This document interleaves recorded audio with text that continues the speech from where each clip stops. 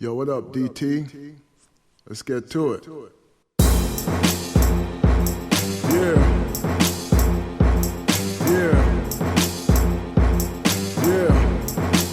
Hit him with the hook first. Full court press, full court press, full court press, full court press, full court press, full court press. NBA talk all night on the press. Full court press, full court press, full court press, full court press, full court press, full court press. NBA talk all night on the press. Welcome to the show. We done seen folks move from the west to the east coast. Tired of the cities, so they head to the beach shore. While the rest of the colleagues request to proceed forward. Player movements always lead to improvement, but that's what's hot now. Boom pow, another star gone. Yeah, he long gone. We need more leaders like Caesar. They focused on the prize. Legends don't die, even if they long gone in disguise. Perform within the boundary lines, and you're good to go. Be a man, don't be out there just playing for show. Cause we'll be in the barbershop talking all week. Topic to topic, the media don't sleep. Put that S on your chest, pick up the phone, and make sure that you call into the full court press. Full court press.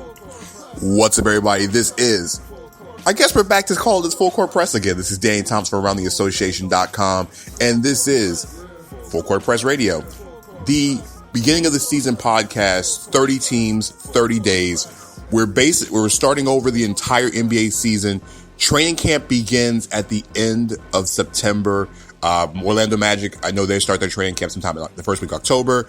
It is the most exciting time of the year because we're really in a situation now where you have the World Cup going on over in Japan, and then Japan and China, and then now you have the NBA season really just getting themselves ready to go. I mean, we had a tremendous offseason, and over the next 30 podcasts, we're going to be talking every single team in the NBA, and so why not start with the team that is down here locally to me?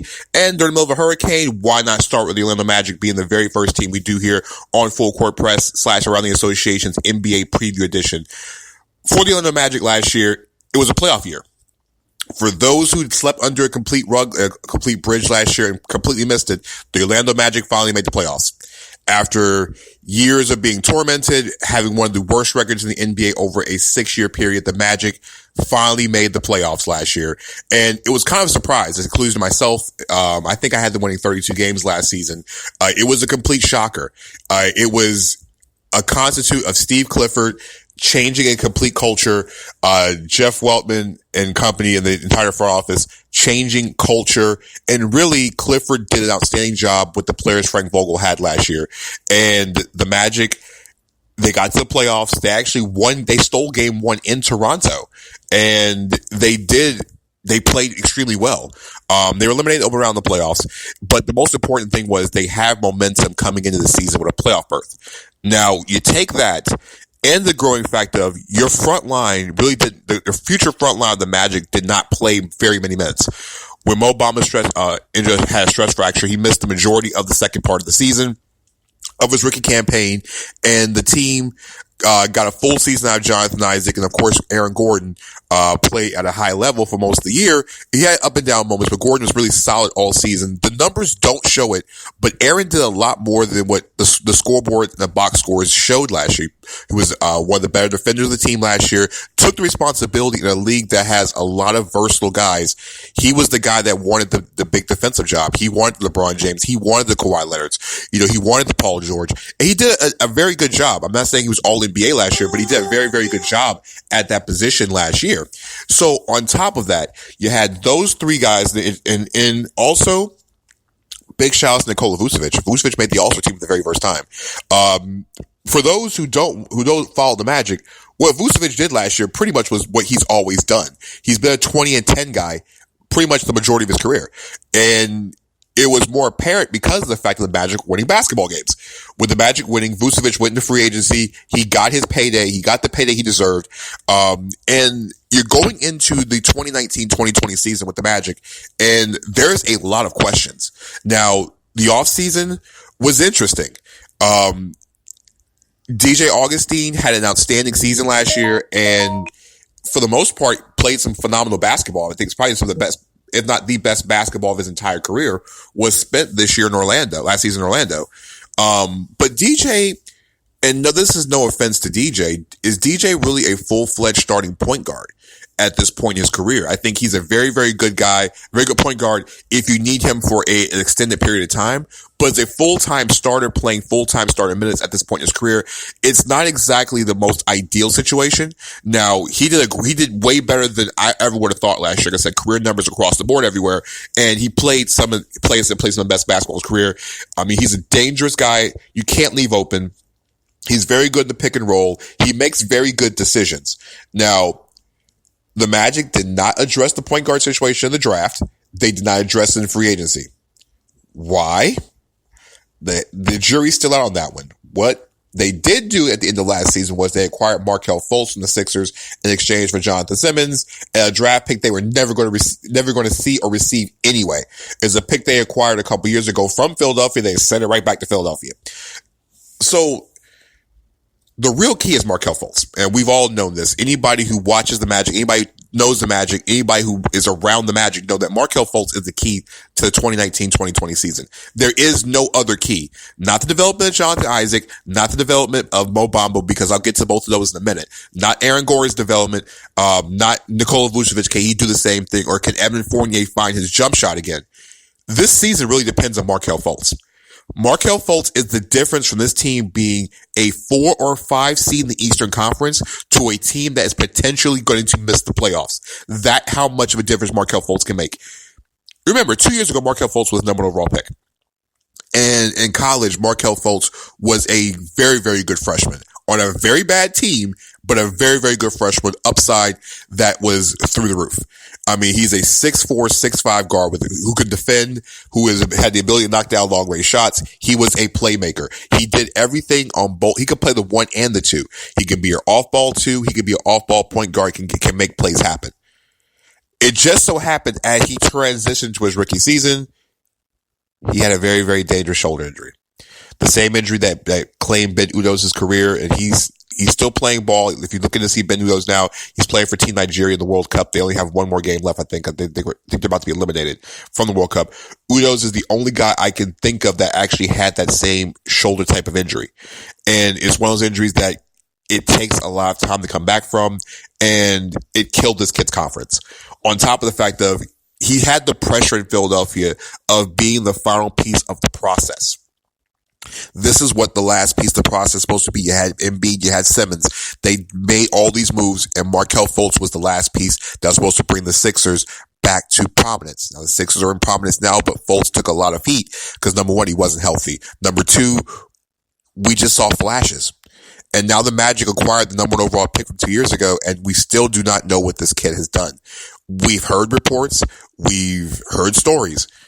But we haven't seen Markelle Fultz play one game of 5-on-5 yet. I don't think he's even cleared to play 5-on-5 at this point. He should be ready for training camp in a month. The Magic need him. I know the Magic are taking a gloves off. We're going to take this thing very lightly, but they need this kid. Because right now, if you look at the Magic in the backcourt, the depth at the point guard position especially, there is not much depth back there. They need Markelle Fultz. Terrence Ross is the 6th man. You have Fournier and DJ at the 1 and the 2. And of course, we all know Terrence Ross is your 6th man coming off the bench. And also a supreme marksman from back there, but he's not a playmaker. Aaron Gordon had his most assists he's ever had in his career, but he is not a full-fledged playmaker. Markelle Fultz is the difference between the Magic being a 4 or 5 seed and the Magic potentially missing the playoffs. Why? Fultz has the ability, when he was hitting shots in college, he was a dangerous 3-point shooter. He provides the ability for the Magic to spread the floor. He can play he's a very good one-on-one player. Go watch any of the tapes he had at Washington. Go watch his high school tapes. He's very good one-on-one. He can come off the pick and roll, and he has size. He's a bigger point guard. I mean, he's a guy that can make plays for others, but also you can't leave wide open because he was hitting those shots. The real question is, can this kid find his confidence back? If his confidence comes back to even 80%, and if Markelle Fultz is even 80% of the player that we saw at Washington, the Magic basically stole the number 1 overall pick, and the Magic are going to be in very, very good shape. If he does not pan out, or if this kid does not find his confidence, well, the Magic lost Jonathan Simmons, a guy they weren't going to keep anyway. They lost a draft pick you're not going to, he wasn't going to get anyway. But the problem was, it's not the fact that Fultz not making it. It's the fact that the Magic did not do anything to help the position. I could understand trying to be the gloves off approach, but they did not address the situation. I mean, you look at the depth chart at point guard, there isn't much there. I mean, mostly everybody who really is on this roster out in the point guard position are either going to be playing in Lakeland or they don't really seem like they're going to have enough court time or be really worth having court time on the floor. So that's going to make DJ play a lot more minutes. It's going to make Evan Fournier have to play more minutes, especially at the playmaker position.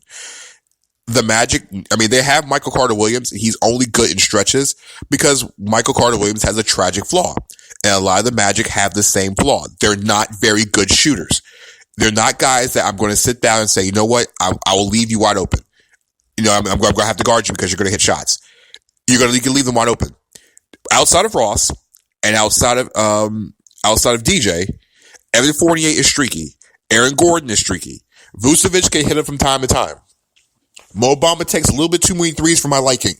Jonathan Isaac is not consistent. Outside of Ross, outside of DJ, there's not one guy on this roster that will strike fear into any defense from behind the arc. And that's the part that Fultz has to come in because Michael Carter-Williams is not going to do it. DJ can only do it for a certain amount of time. I can't expect the Magic to have DJ play 33, 34 minutes a game on a nightly basis and expect the team to be at the level they are. It's just, I don't see that being possible. I don't think that being a success for long-term success for the Magic this season. Now, on the positive side, DJ is a very good point guard. Is he elite point guard? No. Is he a middle tier point guard? He's probably at the lower part of the middle tier. I think if you have to rank point guards, DJ might be in maybe that 18 to 22 range. He's not the worst starting point guard in the league. He's not that middle tier. I think I rank him right around where Ricky Rubio is in that lower bottom middle tier of point guards. Maybe the next third of point guards outside of the top, the elite and the next tier. He's probably that third tier point guards. He's not the trash receptacle part of starting point guards. He's above that. He's a good player. It's just that at the end of the day, and this is not offense to DJ, it's just the fact of he is better suited in a platoon system with another point guard that can take some of the minutes off of him. If I'm playing DJ 22, 23 minutes a game, I'm loving every minute of it because I know what I'm getting at a DJ. It's just really, you're getting to that 32, 33 minute a game. Those heavy starter minutes per night on a nightly basis is what I'm worried about with DJ. Your starting shooting guard is Evan Fournier. Evan, let's be honest, Magic fans, he's not lived up to the contract, and a lot of Magic fans give Evan Fournier a lot of grief. But the one thing about Evan that he does have, he's the guy that wants the ball in his hands at the end of the games. He's the fearless guy that wants the ball at the end of the games. He can have a terrible shooting night, but he also has the ability to score in the fourth quarter. I think he was top 10 last year in fourth quarter scoring, for as far as total points. Fournier scores in the fourth quarter. I mean, that's his, I'm not saying he's a clutch player, but he gets baskets in the fourth quarter, whether it be clutch situations, he just scores better in the fourth quarter. The problem was for Evan last year, his shot never came, his shot wasn't consistent enough last year, and it seemed like it was missing for 2/3 of the season. Evan has to find the shooting touch that he had before he got the contract. If Evan reverts back to 2 years ago, we had very good numbers for shooting the basketball, and it just shows more consistency and hits that shot more, the Magic will have another dangerous wing scorer. Is he a number one scorer? He's never going to be one. Is he a guy that can give you 16, 17 points a game? Yes, he can in this league. He's done it. He just has to find consistency with the jump shot. Now, the small forward position, the power forward position are the two most important positions on the floor. Your small forward is technically Jonathan Isaac. Isaac is coming into his transition year. This is the part where Isaac has to make the leap. His rookie year, he was hurt, kind of the same as Bamba was. His year number 2, he started playing consistent minutes and everything started to go right except for the 3-point shot. His 3-point shot was not consistent. He had a lot of open looks and they just were not falling. But everything else was there. His ability to play defense, yes, it was there. His hustle ability, yes. Jonathan did still commit a little bit too many fouls for my liking. But the effort was there. He's already a very, very good defender with supreme and extreme length. He's over 7 foot tall. No matter what nobody says, the kid's over 7 foot tall, and I'm not counting the hair. He already has the defensive capabilities. We saw it. He went to Team USA camp and he impressed during the camp. He actually played pretty well in the game itself. Now, mind you really can't take much stock into a game because the Team USA games have always been basically exhibition games that are even worsely defended than NBA All-Star games. But what you can take away is the fact that if he did play against upper echelon players, didn't play against the elite players because all those guys took the summer off, but he got better. He was with Steve Clifford during the Team USA camp. He got better, was one of the better players, especially on the select team that they had throughout the entire training process. This should transition to a big year for Isaac. If Jonathan knocks down more consistent shots, if he gets to be around that 38% from the 3-point range line and starts showing consistency that he can knock down that shot, you can't leave him open. Does take too many of them, just knocks him down when he has a chance. He's starting to show more aggression when it comes to getting to the basket. If he just uses more of his instincts and just sometimes he overthinks on the court. If he just uses his basketball instincts, which are actually outstanding, way more underrated than most people give it. If he uses instincts, Isaac has that ability to transition himself into, like I've said this for years, he is the most talented player on this roster. More than Mo Bamba, more than Aaron Gordon, he is the most talented player on this roster, has the biggest upside. Isaac has all NBA defensive rating all over him. He has that potential to be a star, not a superstar. Isaac has the potential to have a Pascal Siakam type of season, only if he could put it all together. It took Siakam that twist, that flip the switch. He did it last year. Siakam's going to be an all-star this year. I think Isaac has that ability to pull that Pascal Siakam switch. He's also just as important to the development of this team as Markelle Fultz is. His other mate, Aaron Gordon, got the contract 2 years ago, and actually people don't, the thing with Aaron Gordon is that Aaron does a lot of things differently and does it in different ways. You're not getting 20 points a game from Aaron Gordon. There's moments where Aaron does take a lot of shots and takes a lot of interesting shot selections. But what Steve Clifford made him do was Clifford kind of reverted him into being part more of a playmaker. His assist numbers went up. Yeah, his turnover numbers went up, but his assist numbers went up. And his ability to see the floor better has gotten him to that place. Under Frank Vogel, he became much more of a defensive player. So under a Steve Clifford system where Steve Clifford has the Magic in the top 10 defense, Gordon took more of the big responsibility when it comes to guarding the team's best player. How does that transition to Aaron this year? Aaron's worked more on his jump shot. He's become more consistent with it. We haven't seen it in summer workouts. Well, because, you're not really playing against NBA competition, but what we expect to see from Aaron this year is that leap. Aaron was supposed to take it last year, but under a new system, remember, Steve Clifford has never had, but he's really had one 20-point a game scorer throughout his whole coaching tenure. That was Kemba Walker. Gerald Wallace was a guy that did a lot of different things. And I can see Aaron becoming more of a Gerald Wallace type of player. Super athletic as a wing, can make plays, he's a terror defensively, but he has to find the consistent jump shot. If Aaron finds a consistent jump shot, I can actually see Aaron getting close to that 17, 18 point a game mark with those 7, 8 rebounds a game. Also being very good defensively. And you can see Aaron starting to, that 4 or 5, the 3, 4 assists a game. You start to see that 18, 8 and 3.5, 4 assist nightly stat threshold he's going to get. If he starts hitting around that, remember the beginning 2 years ago, Aaron was a 40% 3-point shooter the first part of the season. He just started falling in love with the 3 too much. But we can see that he has that ability to hit the shot.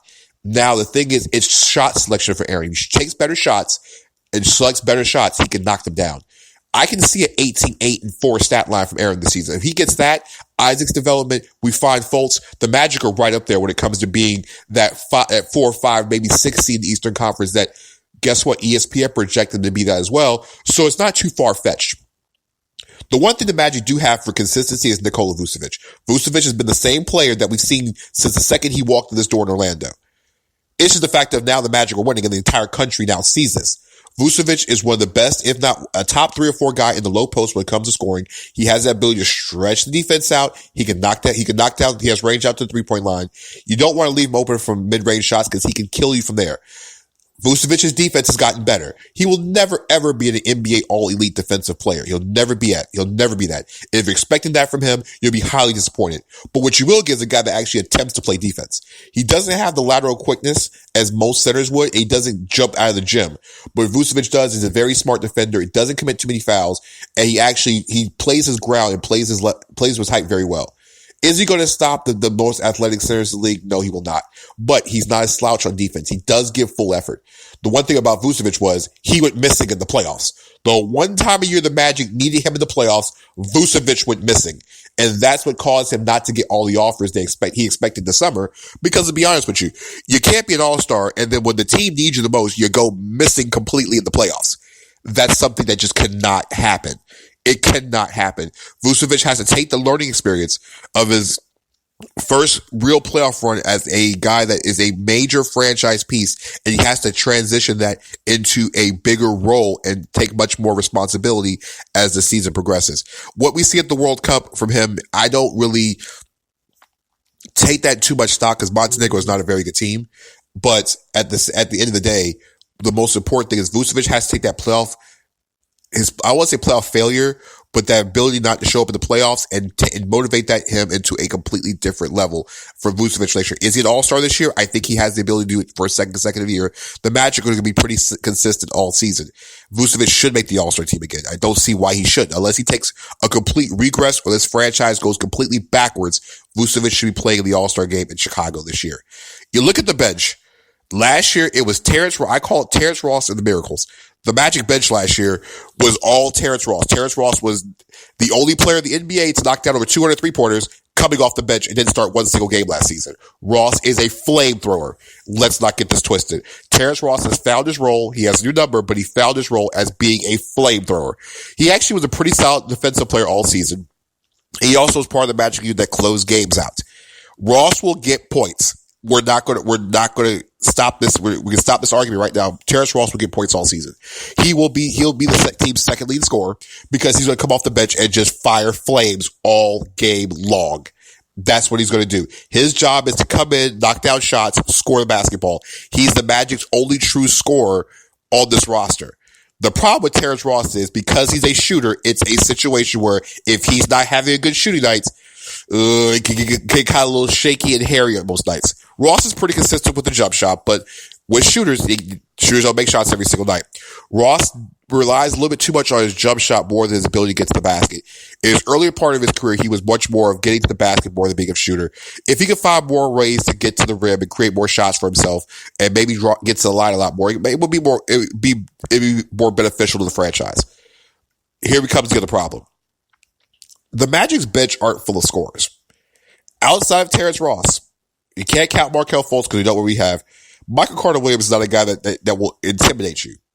Wes Iwundu is a defender. It's very plain and simple. Unless Wes can start knocking down shots from the wing, I don't get much. Wes is very good defensively. I don't see much offensively for Wes Iwundu.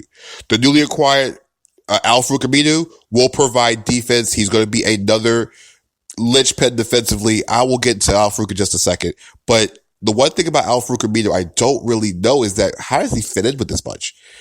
You got Chime Okeke, the number one overall pick. The Magic drafted in this year's draft. Don't expect to see him at all, if any at all this year. If he does come back, see him in Lakeland. He's coming off an ACL injury, that took him out of the NCAA tournament. Don't expect to see him at all this year at all. If he does play, it'll be towards the end of the season. It'll be at Lakeland. He will be a 2020 basically stash. Tremendous athletic, outstanding athlete. I mean, if you go back and watch the tournament film about him against North Carolina, he did a very, very good job. He was killing North Carolina. I used to know how he's going to fit going forward. Is he a shooting guard? Is he something? We'll figure that out next year, but he won't make much of an impact this year. Mo Bamba, actually, I'll call him Small Bamba. Bamba put on a lot of weight this summer. He's a lot bigger than he was last year. He's really put on some muscle. The question of Bob is that last year is that he wasn't very good protecting the rim, and to me took too many three-pointers for my liking.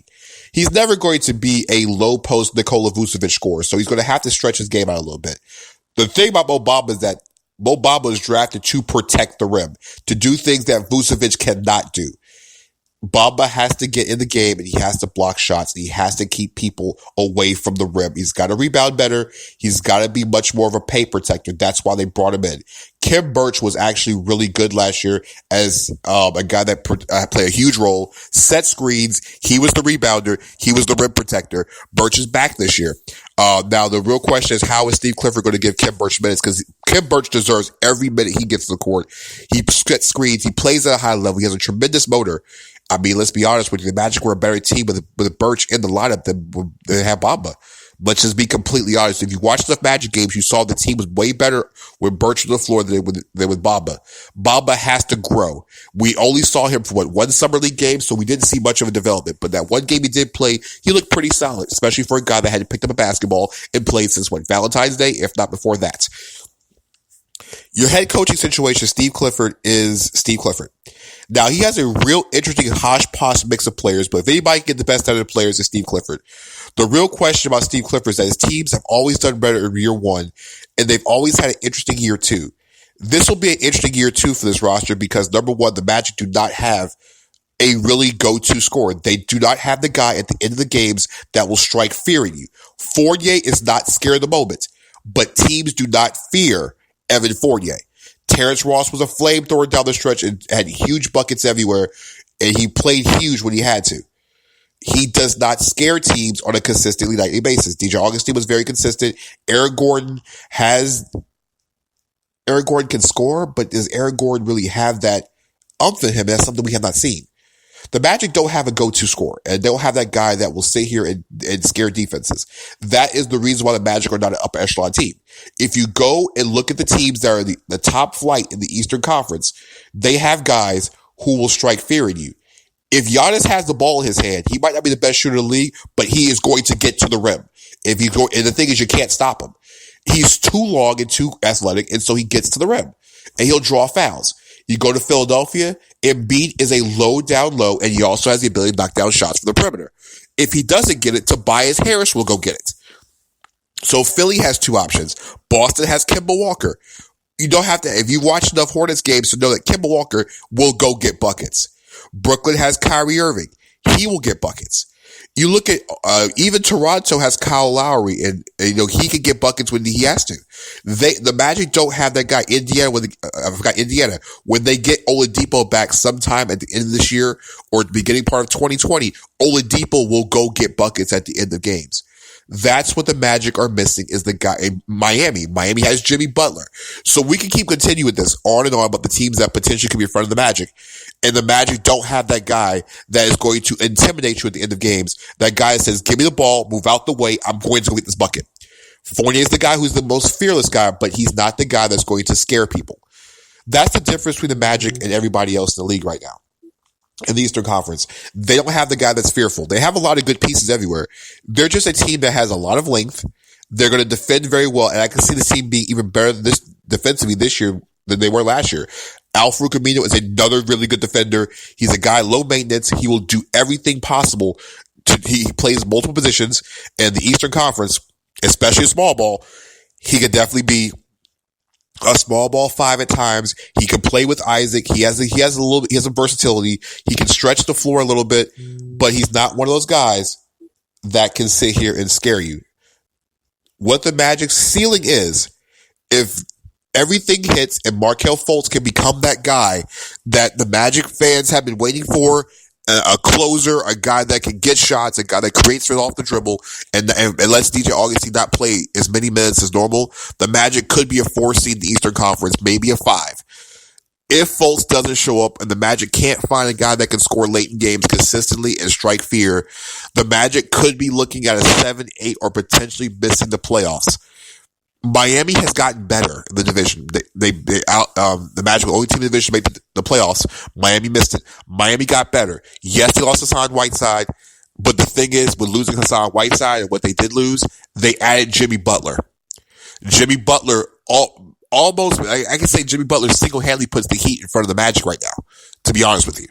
Because Jimmy Butler is a guy, for what Jimmy Butler brings, and what you might not like about Jimmy Butler, he might be a diva to some, he might have his nights, but Jimmy Butler is a dog. He is a dog on both sides and wants the ball at the hands of the games. The Magic don't have that. I have Miami in front of Orlando right now, but what I can see for the Magic is, if they can find a dog down the stretch, because they can defend, the Magic are probably one of maybe the second or third best team when it comes to defending in the Eastern Conference. Might be the best defensive team in the Eastern Conference if they all hanker down, and they will under Clifford. The top 7 defense. If they can find a dog, they can be a dark horse in the Eastern Conference and maybe get out of the first round. If they can't find one, this team will be looking at another first round exit. But for Magic fans, what I can say is the Magic should make the playoffs again this year. They are better than Detroit. They're better than it. They're legitimately the second best team in the division. Like I said, them and Miami will flip-flop spots all season, for the best team in the division. They're better than everybody else because you have to really think, if you look at the teams from top to bottom, Toronto will not dominate the Eastern Conference again. They'll be fighting for the playoffs just like Orlando is. And really, you have 5 teams in the East that are automatically guaranteed playoff spots. Philadelphia, Milwaukee, you're looking at Indiana, you're looking at Boston, and the 5th guaranteed playoff team in the Eastern Conference, I say it's Brooklyn. Those teams are all guaranteed spots in the playoffs. Now, we look at the rest of the division, the rest of the conference is really interesting because let's call it what it is. In the East, I don't see Atlanta making the playoffs. Charlotte's not making the playoffs. Neither is Washington. Those 3 are completely out. Cleveland's not making the playoffs. That's 4. Chicago is suspect. I don't know if they make the turn. That's 5 right there. So those 5 plus the 5 you have at the top, you have 5 in, 5 that are not out. And 5 are completely out. That leaves you with Orlando, Miami, Detroit, and then you're looking at what? And the other 2 teams in the Atlantic Division. I mean, you have Toronto, and you have the 5th team, which is off the top of my head. I'm drawing a blank here. But you get the point. The Magic are in that second realm.